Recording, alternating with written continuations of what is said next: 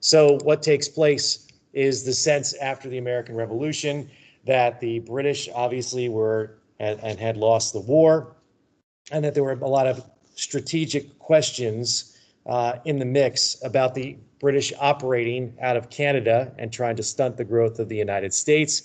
And when the English lost, the Indians are left without an ally. They don't feel that they had lost. They simply backed the English for their own preservation.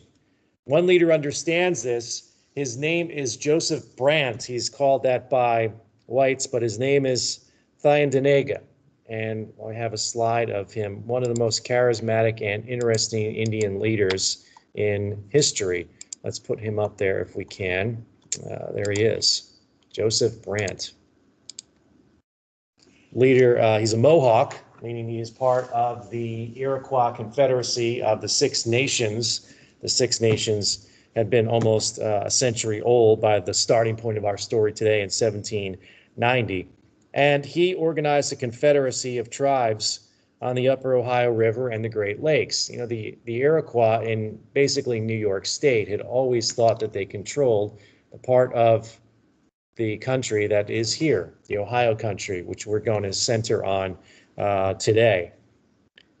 So it is hoping that not only can the Iroquois make decisions for what are known as the Ohio Indians, or sometimes the Miami, because the Miami River Indian Confederacy in what is now Ohio, Illinois, Indiana, parts of what are now West Virginia. It's going to be a boundary that will keep white settlement out after 1783. So the Indians are one part of the area, one part of the story. It's a story maybe of two confederations, we might say, right? It's the Indian Confederation and the multiple Indians who live there, and the American Confederation, which trying to, in the 1780s, has really a directionless, listless policy because it is the Confederation Congress that can't do anything substantial as far as negotiations. So you have the Indians who meet in this area. Federal surveyors begin to lay off plats and other areas north of the Ohio River. So the very question of Indian sovereignty and independence is in front of Native Americans. Who were the Indian people who were going to be the object of these policies and these assaults by white settlers, speculators, surveyors? Well, it's accurate to say they mostly defy uniform description. They are a moving force in a region that was rapidly changing during the later decades of the 1700s. The Ohio country, by that we mean the area north of the Ohio River. You can see it here in the dot dashed along the Ohio River. Again, the modern day border mostly of Ohio and what's now Kentucky, the Ohio River, the key to the continent. A couple generations before, the key to the continent was right here, the three forks of the rivers that become Fort Duquesne when the French claim sovereignty of the area, and then later Fort Pitt, which becomes Pittsburgh. If you get control of the forks of the Ohio, you gain control of the interior of the continent. And that's where the French and Indian War effectively started in the 1750s. The Ohio country, what we have here in front of us, had for the most part been depopulated in the 17th century, meaning the 1600s. Two factors were at play that very much affected the lives of Native Americans. Epidemics, European disease, which took a heavy toll on Indian societies and villages, and warfare among rival nations. We see in the advent of the later 1600s what will be known later in colonial history as the Beaver Wars, and that's literally what they're fighting over. Indians who are loyal to the French north of the Great Lakes, including the Huron nations, and those allied to the English. The English proved to be very poor allies to the Ohio Indians. When the French and French allied Indians attack the Iroquois Confederacy, the English kind of bail out as being allies, and that's the reason why the Iroquois in 1700 basically declare themselves neutral. We're not going to take sides anymore. When we side with one European power, we suffer. I mean, the combination of warfare and disease, and then the British saying, well, you're left on your own there. really had done a lot of damage, almost permanent damage. You know which tribes were they for allied to? The English? The English were allied to the Iroquois Confederacy in New York State. They had been their ally in trapping beaver pelts and animal skins. That's why they call them the Beaver Wars. But when you hunt these little critters down to almost extinction, you have to expand the areas by which you look for the animal skins and pelts. And that's what leads, again, and the Indians allied to the French and Canada are doing the same thing.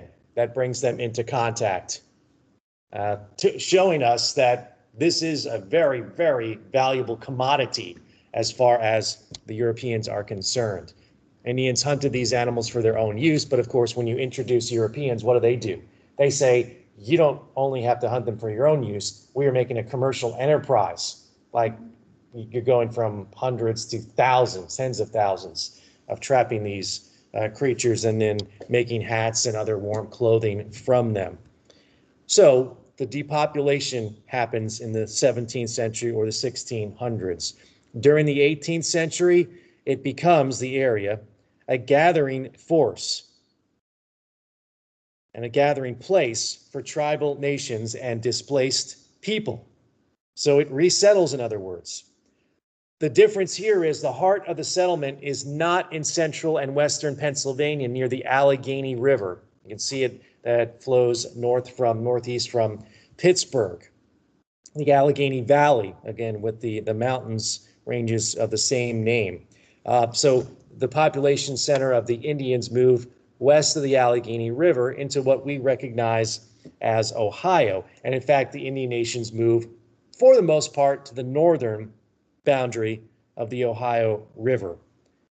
We have several Indian nations that we're talking about. You'll see them actually on the map, so I'll keep the map up as we talk about them. The Shawnee nations settle near the Scioto and Miami River.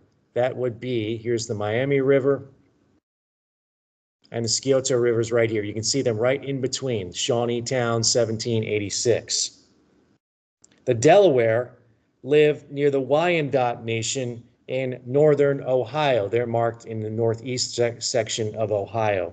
The Delaware Indians, growing up in the northeast, we call them the Lenni Lenape Indians when they lived in what's now New Jersey. The Seneca and the Cayuga also move west and take the name because they're, again, a conglomeration of different Indian nations. They are called the Mingo. And like other Ohio Indians, they attempt to assert their independence from the Iroquois. The Seneca were the most western of the Iroquois Confederacy in New York.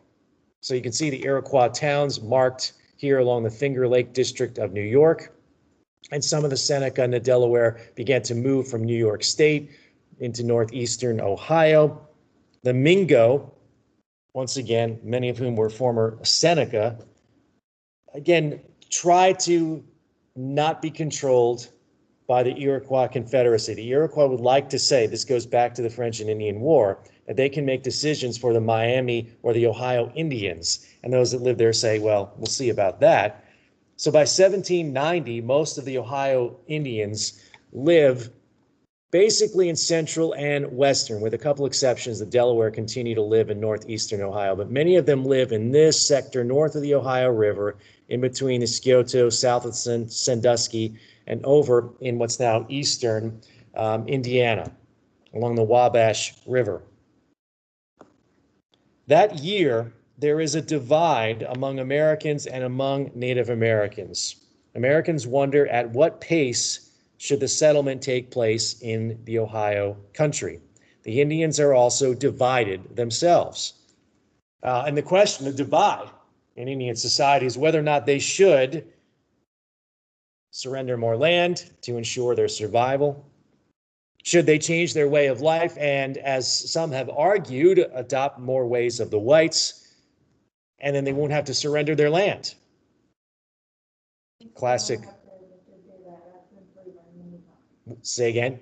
That they would, even if they adopted the ways of the whites, they'd still be treated differently. Exactly. And that's the other argument. It doesn't matter. They're going to take our land, defend their land, and make it a shared space, farming, hunting, trade, but knowing at the same time that it may not matter because the Americans just want it. And can their own governments of the American states and national government control the pace by which their land-hungry settlers move into Indian land and absolutely ignore and do not respect existing treaties?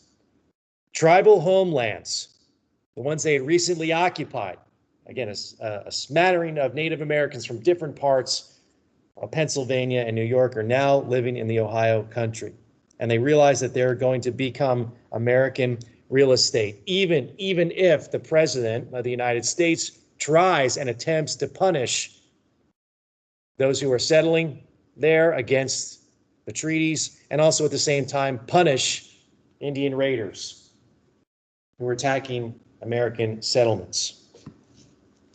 After the settlement of the Northwest Ordinance in 1787, we see a renewed effort by the government of the United States to put in place an overreaching policy, a grand strategy. They also have in mind that during the 1780s, now south of the Ohio River, we have what will become Kentucky, known, and several times I've commented on what they call a dark and bloody ground. 1,500 settlers died in Kentucky during the years after the American Revolution. Legally, it is just a mess of rival claims among white settlers, speculators. There are claims by Kentucky and Virginia and the Ohio Company to settle the land. I mean, who controls it? Well, finally, Congress gets the different states to say, we'll surrender our claims to the West, and then from there we can sell the land and then put in place the Northwest Ordinance. A lot of speculators, of course, have the same mindset as the American government. We want peaceful settlement.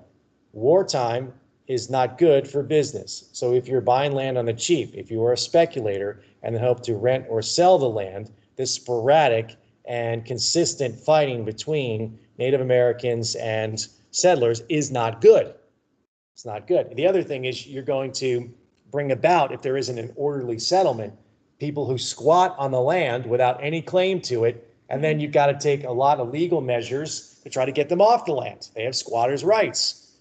That's very difficult to do, to actually dislodge them. And of course, playing into all of this is the future of Native Americans wanting to maintain control of their own land and the connection to their history.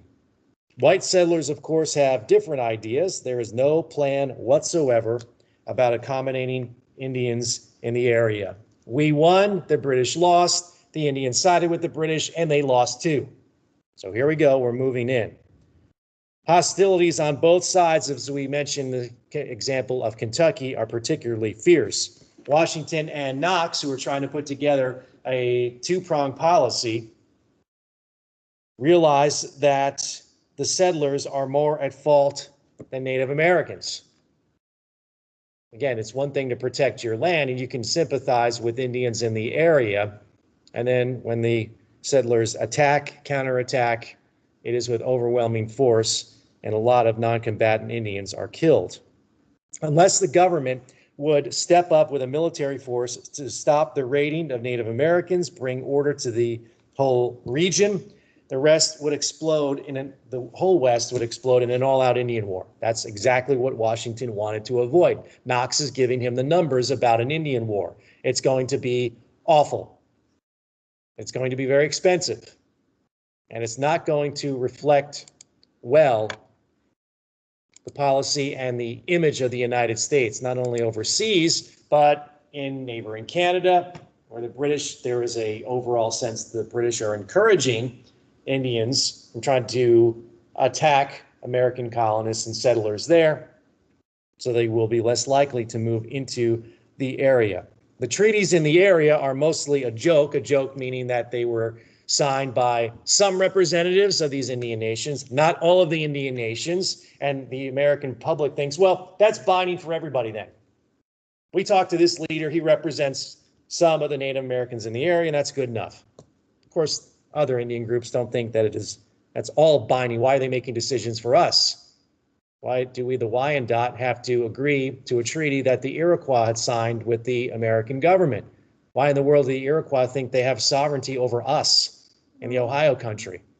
And no wonder now it's so hard for people to get federal recognition because they thought, like, to get it, like, immediately you have to have a treaty with the U.S. Exactly. And now I realize why it's so hard now, because they thought, hey, one tribe is as good as any. Exactly. Yes. Yeah. In colonial and American history, we're always looking for, if we were dealing with a foreign country, we would deal with their representatives, a diplomat representing the king or the prince or the queen or whoever. And I guess Americans never understood that that really wasn't the case in Native American culture, that there wasn't someone who would just say, yes, I'm from the Ohio Indians and I have the power to talk to all of them. I mean, they did. There's a generational divide, Native American societies. You see this during the Revolution. Concede more land. So the Cherokee said this in the 1770s, and give up a little and we don't lose everything. And then the younger generation said, no, fight. And they were divided. They were divided in 1830, and Andrew Jackson in office. Move out west and we can at least ensure that we will continue to live and persevere. And others say, no, we have to stay in Georgia. This is our connection. We've done everything that the government of Georgia and the United States said to do, to live like whites, live among whites and things. Yeah, it is. It is not a particularly great chapter in American history. So what can Washington do? Well, you understand that a lot of the Native Americans had felt wronged since the end of the war in 1783 and during the summer of 1790, as Washington's trying to deal with what? The Indians in the Southwest, the Creek Indians, Alexander McGillivray. The Miami and the Wabash tribes begin to conduct raids on Ohio and the Wabash rivers in the Ohio country. The president writes directly to the territorial governor of the area, who happens to be a military general. That's often the case when you have these, this is under the Northwest Ordinance. These are going to become several future states, but before they get to that status, they go through the territorial phase. The gentleman who is in charge of the region is Arthur Sinclair. His name is there in the notes. He's the territorial governor of the Northwest, and he desires peace. And so what might be needed, Washington concedes this. It's not his first maybe answer to the question, but Sinclair understands that a show of force quickly would be necessary to bring Indians to negotiations and stop the deadly attacks. So as territorial governor, what he can do is call up the militia, destroy crops and villages, hoping that this quick and overwhelming show of strength has an effect. The Army, unfortunately, at the time, is a very, very small frontier force, maintaining something of a presence there since the end of the Revolution. The Army is also, we'll go back to the slides here. Let me show you. There's Arthur Sinclair, territorial governor. Again, Revolutionary War veteran. He's got the stars on his uniform there. So he assigns this quick raid that's going to bring the Indians to heel to this gentleman. This is General Josiah Harmar, Harmar, his name's in the notes there. And what they decide to do, Harmar's strategy, is to build forts along the areas in the Indian country by which they can jump off and, if they have to, lead military operations. One of them is on the north shore of the Ohio River. That is Fort Washington. You can see it there in the very southwest corner of what's now Ohio. So the troops in the area are sent there to do, among other things, drive off any squatters and keep the peace with Indians. The British had a hard time doing that in the 1760s. The United States also has a difficult time with that.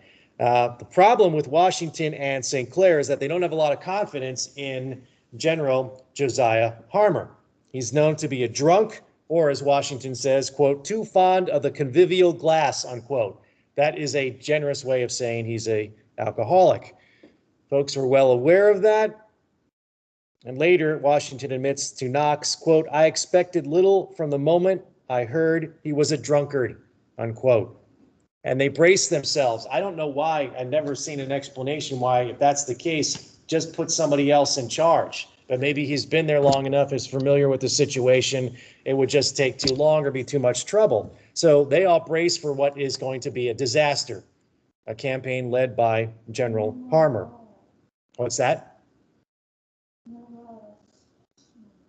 Yeah, I mean, he's just, yeah.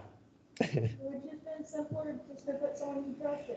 It would have been easier to replace him. Yeah, there are other political considerations. I don't know if this particular situation, I know, but in the future, when you have president saying, I wanted to replace an appointed general, if the general is particularly popular among certain politicians and allies of the president, no, he's good. We have to keep him there. I mean, he's a political appointee. He's got experience fighting in the area, or he's got experience fighting the British or Indians in the 1770s, and that seems to be why you keep him in place. And maybe you just hope for the best, although this situation seems to be so important, maybe you would want a very, very, very competent individual. Yeah. Harmer led essentially all of the U.S. Army. I mean, the entire Army, for the most part. 300 regulars, meaning long-standing Army, and 1,200 militia, leading them north out of Fort Washington. The American force burned Miami and Shawnee villages, but lost 200 men in the process and was forced to retreat as they made their way north towards the Maumee River here near the border between Ohio and Indiana.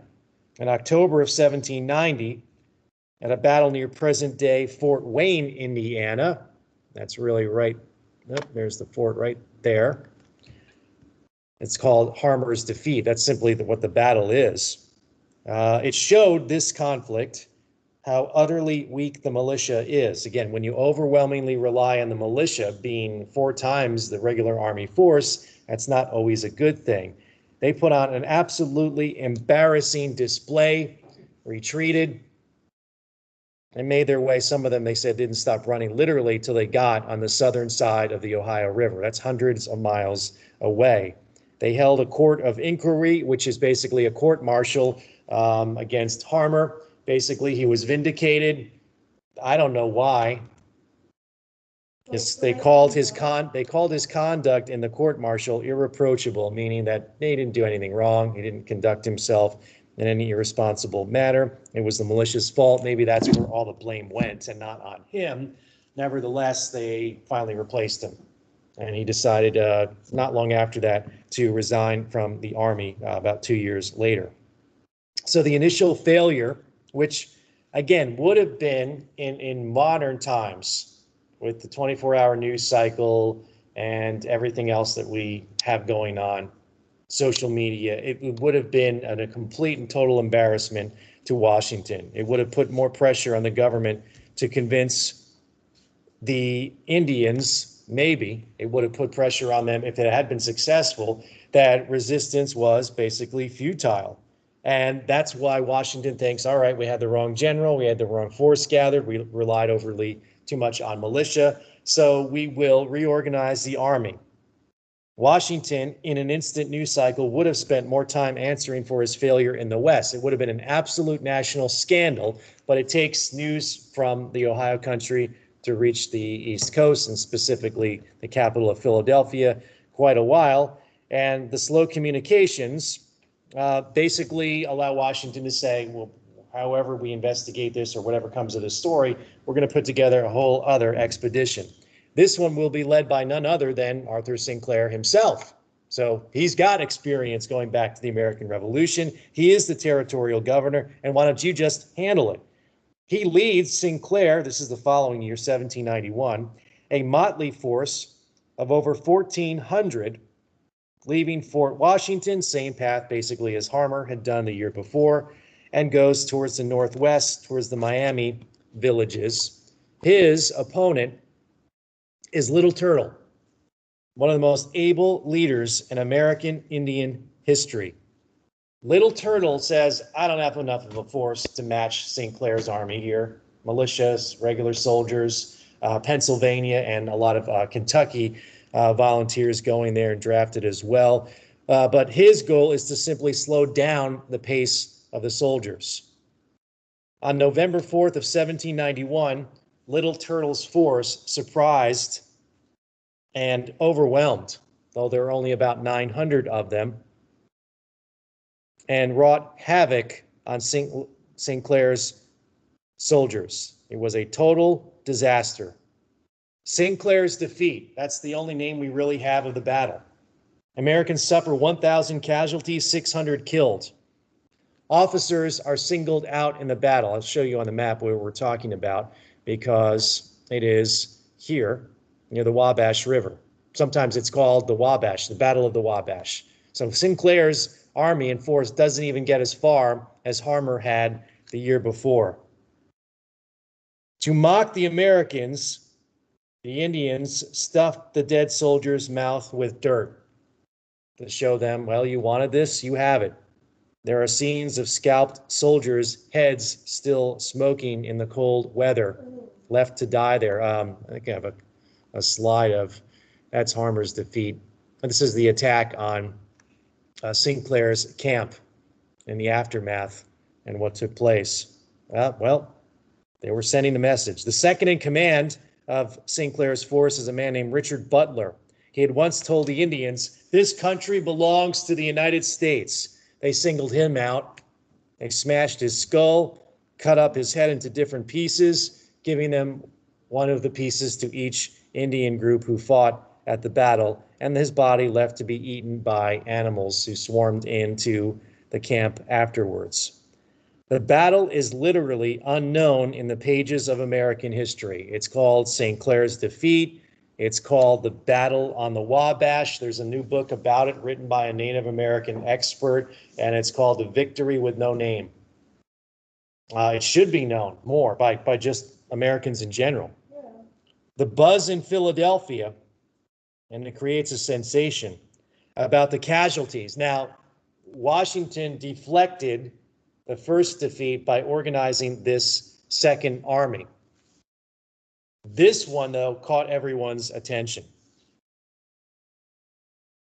and began to question whether or not Washington had any wisdom in his Western policy, especially when they thought their adversary they were up against.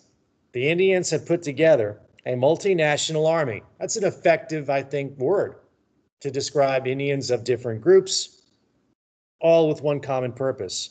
They executed a plan and they routed a larger force of soldiers. How can this be? There are more soldiers. There are more. I mean, these are the questions that are being asked.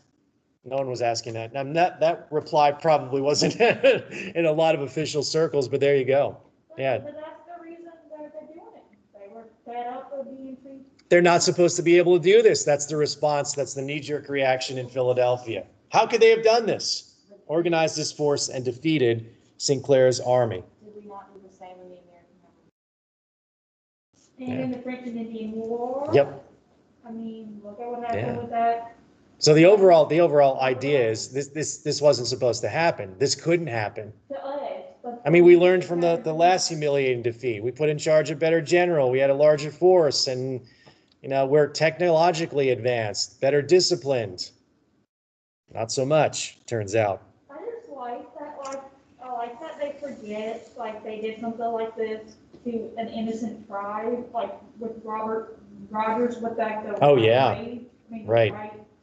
That devil. Right. I just find that fascinating that they just forget all the stuff. They underestimate, as you both have said, the determination of the enemy, or their enemy in this case. Yeah, that they are really determined to hold on to their their new ancestral land. Really, I mean, they were dispersed because of fighting between the Europeans and the Americans, and they want to keep this land. To no one's surprise, they fight, and they have some really strong, in the form of Little Turtle, really talented leaders. So everyone back in Philadelphia goes through the whole hand-wringing thing, and I don't know what happened, and You know, there are debates in the East. There are congressional inquiries about this. Yeah. Could they have asked, how could we be defeated by someone with the name Little Turtle? Little Turtle. Because when you hear that name, you don't think of a ferocious warrior. Right. I think of a little turtle. Well, this one was a snapping turtle then, because he was able to conduct a pretty effective operation. Again, considering his goal was just to slow things down and inflict casualties like they had done against Harmer soldiers the year before, but they basically walked into a trap. And that was Sinclair's fault. It's the biggest victory Native Americans really ever won. I think that's not an exaggeration. I mean, it should be up there with Little Bighorn. I mean, as far as, oh my gosh, they just wiped out almost an entire army, which they did. I mean, the 7th Cavalry with all their modern weapons and horses and this, how did this loose confederation of Sioux able to pull this off? They did, though. Americans, they can be stupid at times. Well, we maybe thought they were an enemy that could be easily defeated and underestimated their determination here. And proportionally, I think the Battle of the Wabash, whatever you want to call it, Sinclair's defeat, is the biggest military disaster the U.S. possibly ever suffers. When you think about the number of casualties and what it meant, an entire destruction of the army would threaten, this is the reaction back in Philadelphia. Our whole nation now is maybe threatened to be taken apart. The British in Canada will see this victory by Little Turtle and his allies as a way to pounce on the American Northwest as vulnerable. So the Canadians and the British are waiting in the wings.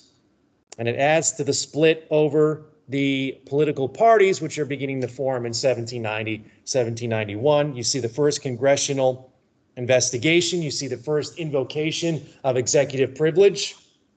Congress asked Washington, send us the documents related to this. He's like, nah, too important for national security. Yeah, it's something we don't know much about as far as now we're recognizing the importance of the story, but for a long time it was almost shunted to the side because of all the other issues we're talking about in the first Congress. Wouldn't it be in the archives or no? Oh yeah, it's out there. It's just the idea of prioritizing it in the history of the first administration under Washington. Yeah. It's and maybe you have to think it's kind of an embarrassment to the United States. It doesn't reflect well. So why should we kind of feature it as part of the story that we're telling? I mean, to me, it reminds me a little of the anti-slavery petitions that come in 1790. We know it happened, and maybe really, really detailed histories of the time period get into it. But in your typical class, even one like this, would you maybe talk about it in a lot of detail? Maybe not. In a fast-moving U.S. history course, you might not even, mention it, except as it relates to the overall eventual victory for the United States. Okay, so Washington had to ask questions such as, can you withhold documents that implicate people like Knox and Hamilton about Indian policy? It would embarrass them, which he ended up doing. We've since gotten those documents. Should we also, he's wondering, increase the federal government's role in shaping Western development and how armies are raised? The first two armies should have won. They lost. Now let's go back to the drawing board. The humiliation after the Battle of the Wabash, Sinclair's defeat, convinced the administration that partial remedies are not working. You now need overwhelming force. Partial remedies are not as expensive, in other words. Now you've got to raise a large army. And it's time for, again, one swift campaign with a lot more soldiers. So they quickly overhaul the War Department, 1793 and 1794. They double the military budget and create a standing army of 5,000 troops. Wow. Doesn't sound like a lot, but when it started out as 300 and basically the whole regular army. Again, 5,000 means regular soldiers in the National American Army. That'll be supplemented by militia, but we found the militia weren't really good. Some of them in Harmer's defeat didn't even know how to use a gun. I mean, they barely knew what side to like face towards the enemy, but he took this militia anyway. You know, it kind of belies the fact that, oh, everybody was armed and everybody knew how to use a gun. Not everybody. And sometimes these recruits were just to fill a quota that was put out there, and they didn't do very well. They were not trained at all. But, you know, pure numbers would no doubt impress the Indian enemy, and it didn't. And so they hit them and knew exactly how to deal with militia. I mean, just scare them into thinking they were going to lose and then be brutally murdered and possibly even tortured. It also encouraged the British in Canada to argue for a neutral Indian land border, or barrier, you might say more effectively, in the Northwest. But the Indians refused that treaty, and the English inviting them to talk about this with the United States, probably because they believe that they could negotiate on their own and probably didn't trust the English to negotiate on their behalf. Like, they wanted basically an Indian homelands region set aside in Ohio. Like Oklahoma, basically. Now, yeah, that happened later on, but now it was going to be in the existing region that these Indian nations claim, the Ohio and the Miami Indians. Yeah. And who proposed that, you said? What's that? The British out of Canada. Yeah, what they would do, the British, to back up this idea is supply the Indians with food and arms, even if they didn't agree to sit down with us, Indian representatives, with the British, talk to the Americans, and just leave that area to them. And the Indians say, nah, we reject that idea. Again, let's control our own destiny here, not surprisingly. But the English say, all right, you want to agree to that? We'll still send you food and supplies so you can, you know, make life difficult for the Americans. I mean, an expanding United States in the Northwest Territory, the British, as far as they're concerned, threatens Canada. So, and at various times they try to invade Canada and take it for reasons usually having to do with war. The English also decide they will rebuild the old Fort Miami near Toledo in what's now Ohio. Yeah, okay, on American soil. In the meantime, the U.S. Army reorganizes itself, christens its new name, and calls it the Legion, and puts it under this gentleman. This is Anthony Wayne, another veteran of the American Revolution. He had fought Indians in Pennsylvania and New York during 1778, 1779. He is nicknamed Mad Anthony Wayne. Jefferson says that Wayne is, quote, brave and nothing else, unquote. He's controversial, by mad meaning he sometimes did some fairly irresponsible things, leading attacks that were sometimes successful, where it sometimes got a lot of his men killed. Over the next 2 years, Wayne and the American Legion, as they are called, a painting of the Legion on horseback with their new uniforms, well trained. They will train and become a first-class fighting force, and they are ready to go into action in the summer of 1794. That year, they have 2,000 soldiers, 2,000 in the regular army, 1,500 militia, and they head north to dislodge the British and bring the Indians to battle, which they are successful. We'll go back to the map here, and we will show you where that took place, north of the Maumee River in 1794. On August 20th of that year, the Legion under Anthony Wayne soundly defeat a force of 1,000 Indians. It was what is known as the Battle of Fallen Timbers, because there had been some type of severe storm and there were a lot of trees that simply fell over near the Maumee River. That's why it gets that name. The British, typical British, do nothing to help. The Indians are expecting something more than simply food and supplies, maybe soldiers to be sent from the Great Lakes, possibly through Detroit. It doesn't happen. A year later, with their confederation broken, the Indians cede or give to the United States, hand it over, lands in southern and eastern Ohio by treaty. It becomes known as the Treaty of Greenville, 1795.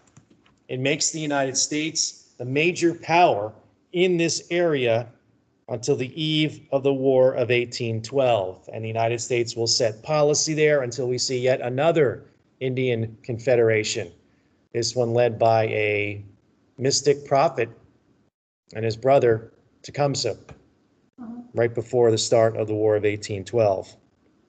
The outcome of the Battle of Fallen Timbers did something very significant also for the United States. It kind of made the British hanging onto the territory in the Northwest. By that I mean maintaining their soldiers in the Northwest, something that wouldn't continue to happen after 1794 and 1795.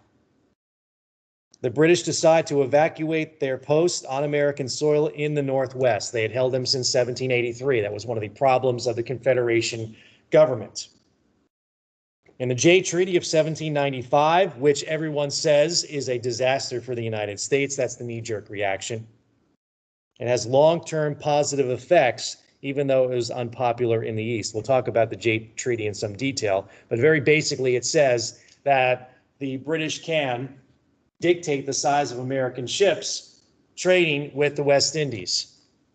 They set a tonnage duty. I mean, American ships can only haul this much cargo. And the United States says, I don't believe this. This is ridiculous. They're treating us like colonies again. But then Washington says, yeah, but the other part of Jay Treaty is they're going to evacuate the forts in the Northwest. Also, they have control of those ports, so why wouldn't they try to do a limit? I mean, that's their port, so they have the right to do that. Right. Well, they kept the soldiers there because of the issue with individual Americans owing the British creditors debt. Okay. So enough the debts were taken care of, after really, it's one of those instances of Washington having to make a difficult decision to say, well, the Jay Treaty stinks, but it's probably the best we're going to get. And then seeing the forest for the trees. I mean, the whole thing, yeah, I understand everyone doesn't like it. The Northeast hates the Jay Treaty. It looks like it's a sellout to Great Britain, keeping us humble and humiliated. But big picture, the defeat of the Indians in the Northwest, Fallen Timbers, the treaty that happens the following year after the battle, the Jay Treaty, and then the other element of all of this, and that's dealing with the Spanish. Spain becomes more and more concerned that because of the Jay Treaty, the United States and Great Britain are going to enter in some type of pact, and that would threaten their position in North America. And so the Spanish decide to reach a long-term settlement with the United States.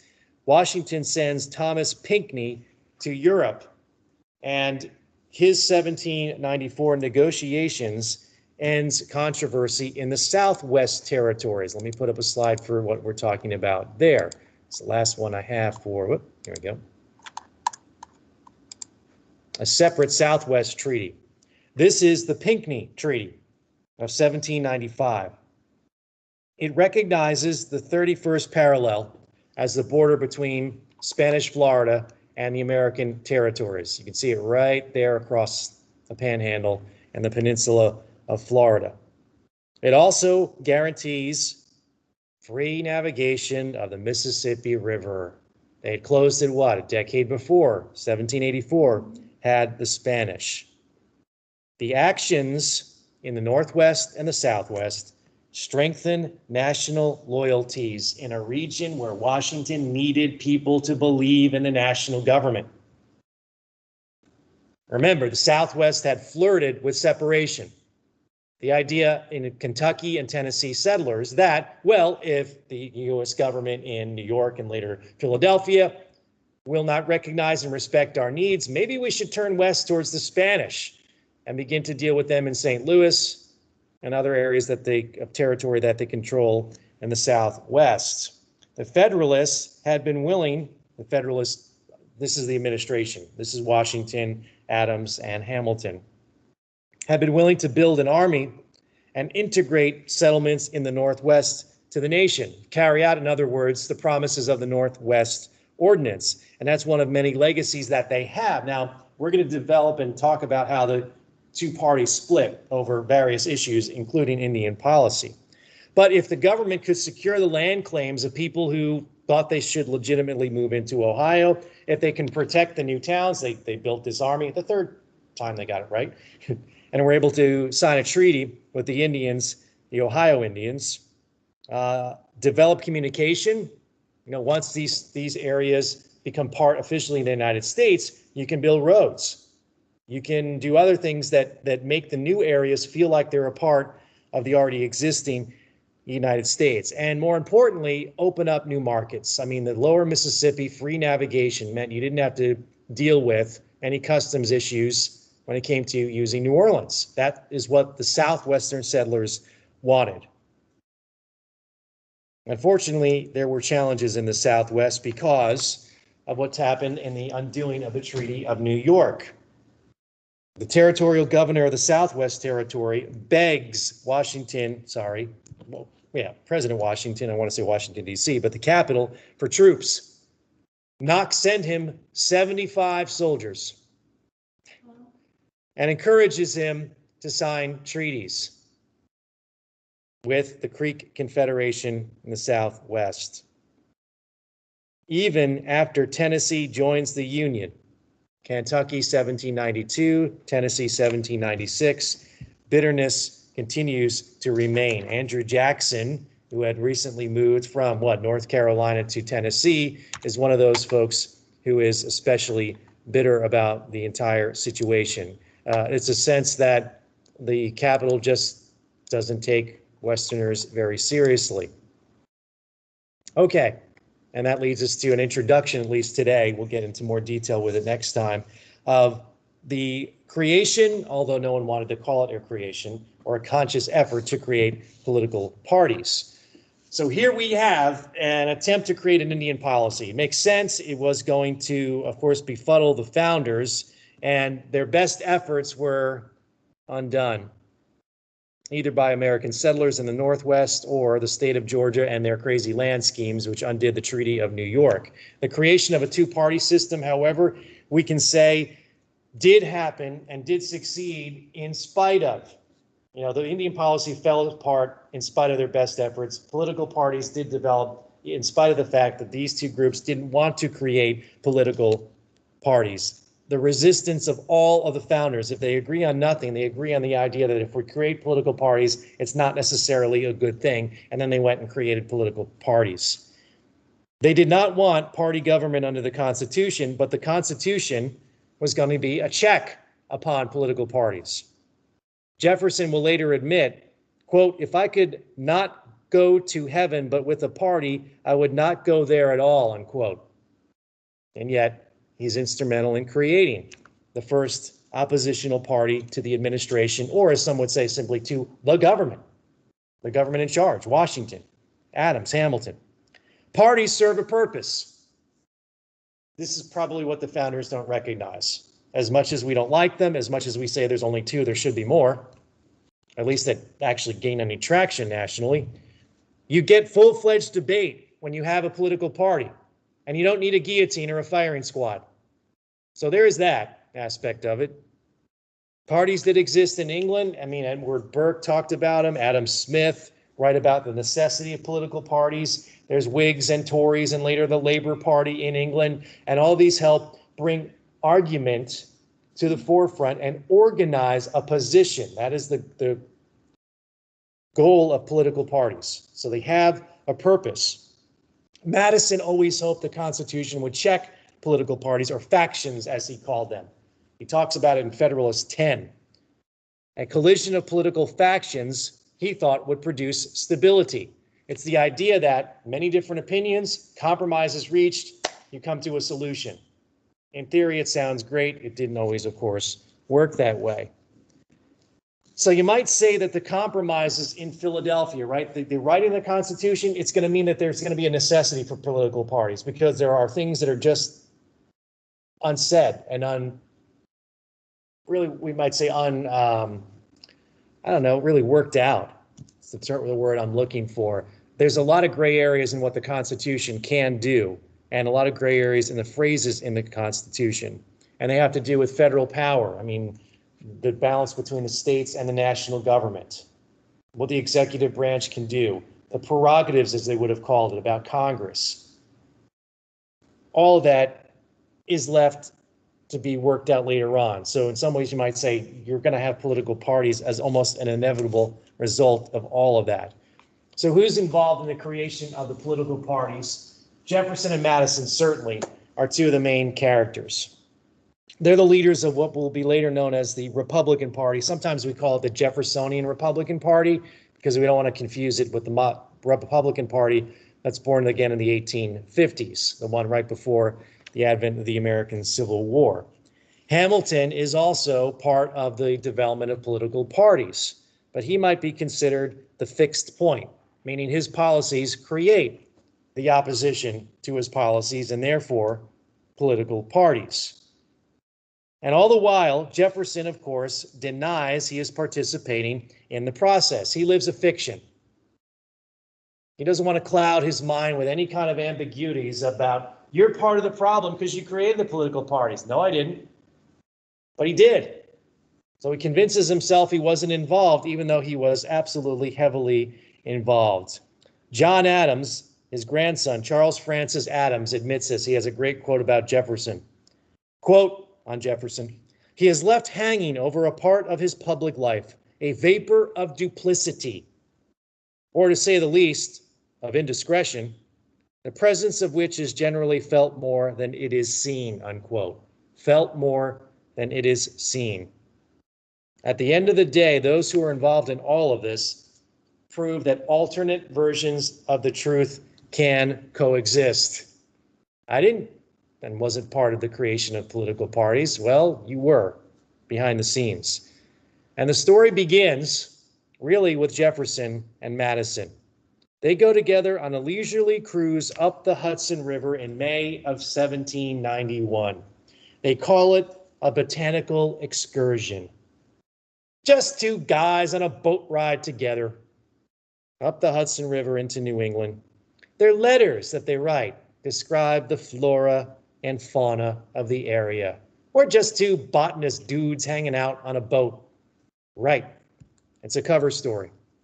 It's a complete cover story for what they really have in mind, and that is trying to test the waters and get their pulse on what's happening in places like New York and New England. They know there's strong opposition in the South to Hamilton's policies, to the vigorous executive branch, and Washington seems to be put in place, and Washington is under Hamilton's spell. So we're going to check that out and see if we can create something of a national organization. They agree in their botanical excursion that the Hessian fly is a destructive scourge upon America. You know what's also destructive, they decide? Hamilton's bank, which we kind of left things off talking about Hamilton's financial plan of the future of that institution, whether or not it would actually exist. They share a common horror, does Jefferson and Madison, that they, quote, stock jobbers, paper pushers, in other words, Tories and monocrats will triumph by dabbling in federal filth, which is awful. How did this happen? And their version of events, again, remember, two truths can exist at the same time by two different groups. Jefferson and Madison say the spirit of 76 is being taken over by bankers and what they call papermen. Folks who work in an area of the economy they simply do not understand. And how did this happen? How did a tiny minority, 5% of the population, start directing federal policy? They hijack the American public for their own financial short-term interests, and they don't reflect the concerns of the overwhelming majority of the population. That's their version of the truth. How do you stop it? Well, Jefferson had an answer. You create one of the first newspapers that will be a vehicle by which you get your views through, and you also present opposition to the government, to specifically Hamilton's financial report. They hire Philip Freneau in the paper that's called the National Gazette, and their argument is it will enlighten readers of a different mindset, a different perspective on what the United States should prioritize. It will articulate Jefferson and Madison's point of view. Jefferson paid him as a translator in the State Department. This is where things get a little, what's the word we're looking for, unethical. But as far as Jefferson was concerned, it was okay because Hamilton's doing the same thing with his official national newspaper that's coming out of the Treasury Department. So all bets are off. So if you pay someone as a translator in the State Department, that's your official role. You also are basically the editor of the opposition newspaper. His real job is to, Fronow's job, expose the Federalist plot that Jefferson and Madison know is in existence. Fronow is given access to foreign intelligence and public notices going through Jefferson's cabinet position. Now, if that happened today, that person would be held responsible. We're still dealing with this, the last administration and the current administration. Do you deal with, again, it brings up issues of, as a private citizen, can you deal with foreign governments when you're not in a cabinet of a certain administration? The answer is no. We've written laws about that. They've been on the books for quite a while. So how does this happen? How does it happen that rational men come up with what we might call a quasi-paranoid feeling about each other and the explanation for events? How does Madison, who supported the Constitution and wrote the Federalist Papers, a lot of them at least, all of a sudden fall out with Hamilton? And why did they not only say that we disagree with the point of view of the other, but they call each other some really horrible names, and they use loaded words that mean something in the 1790s? Why do Jefferson and Madison call Hamilton and Adams and Knox and Attorney General Randolph, and they don't implicate the tall guy just yet? But why do they call them Tories? How in the world do you call Washington and Hamilton, who were veterans of the American Revolution and fought the British, Tories? It's just the heightened scale of things during that decade. They have to concede that Hamilton's plan, yes, it's going to enrich a few investors, but it's also a byproduct of restoring fiscal stability. They just won't concede that. They don't see that as a possible area where Hamilton could be right. One answer they come up with, maybe Hamilton and his ilk, meaning his allies in Congress, are basically a version of George III in Parliament. Federalists are, and they use that word a lot. Tories, monocrats, meaning they favor basically a king or kingly powers upon the president. There was a sinister conspiracy at work. Jefferson will later say in his own version of events that when they had conversations among the cabinet, you would have a small cabinet there, but Hamilton would have been there, and Adams and Washington, that he said, I was the only Republican in the room, meaning believer in Republican government, which is a bold statement considering you're sitting with Washington and Adams, usually an ally over the war with Great Britain. So monarchists, as far as Jefferson and Madison were concerned, are kind of like communists after World War II. You see conspiracies in your soup. They're lurking everywhere. And you can create, of course, a fertile imagination. Just remember the communist hysteria. Teachers, college professors, Hollywood even, filled with commies. And that's the sense you got from Jefferson and Madison when they're talking about the Federalists. The scarier part to both of them, and this is what is unprecedented in their mind and particularly dangerous. They were elected in the office, these so-called Federalists. And early on, they seemed to represent a strong consensus of the people. Well, yes, that's true. If you don't like it, change the elections or win elections. But the Federalists thought of themselves as the government. The Federalists are the ones who were reluctant to say we are not a political party. We're simply the people who saved the nation from the excess of democracy in the 1780s. We brought about the Constitutional Convention, and we are putting in place the Constitution itself in practice. To which the Republicans say, yeah, but none of your decisions are good decisions. So next time we'll talk about the falling out that Madison specifically has with Hamilton. How did these two allies end up being political adversaries and enemies? Discuss how Washington gets thrown in the middle of this, and what policies, both domestic and foreign, create this wide gap between the political parties. And then, of course, we'll introduce the first contested political election of 1796. Washington isn't going to be president forever. He wanted to retire in 1792. They convinced him not to. He's around in 1796 saying, I have no intention of serving a third term. So we'll talk about his farewell, a farewell address, which is not an address, but has often been called an address, and then bring up the first contested election, 1796. And with Washington out of the way, how do you choose the candidates who should consider themselves a candidate? And do you even run a political campaign when you're the first real election, when the guy, Washington, isn't going to just simply win the election by acclaim? You're going to have a real presidential contest in 1796.